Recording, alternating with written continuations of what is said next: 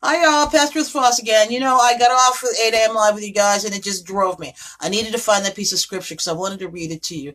And Matthew, Mark, and Luke, those are they call them the synoptic gospels. The three of them usually have the same stories. It's written a little differently, but they all have the same stories. They're the same writings about Jesus. So let me read to you that story about the woman that had the issue with bleeding. I want to read it to you out of Mark this morning. I'm going to read you out of Mark 5.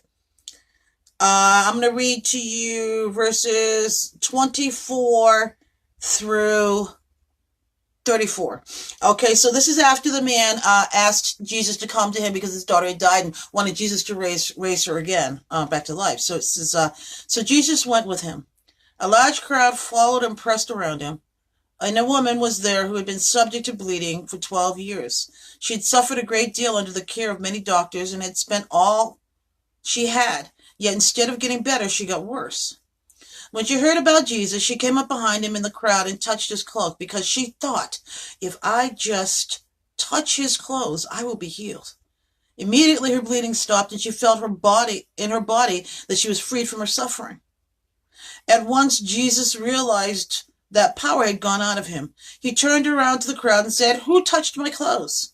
You see the people crowding against him. Oh, you see the people crowding against you, the disciples answered. And yet you ask, "Who touched me?" But Jesus was looking around to see who had done it. Then the woman, knowing what had happened to her, came and fell at his feet and trembling with fear and told him the whole truth.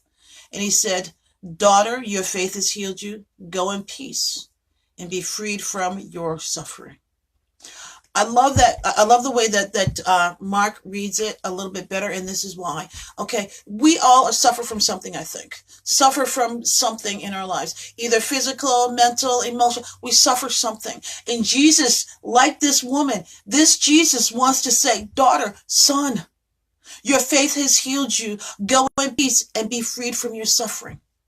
He wants to free us from our suffering, from our addictions, from our fill in the blank, whatever it is you're suffering from, physical pain, mental pain, emotional pain, addiction, fill in the blank. He wants to heal us, but we have to reach out first and believe. She believed. That's why she was healed. She believed. We need to reach out and touch as we believe in the resurrection, healing power of Jesus Christ, that he can heal us. And he will say to you, he has said to me and continues to say to me, "Go in peace and be freed from your suffering." I love that love that he gives us and he gives humanity. And he gave love then, and he still continues to give love.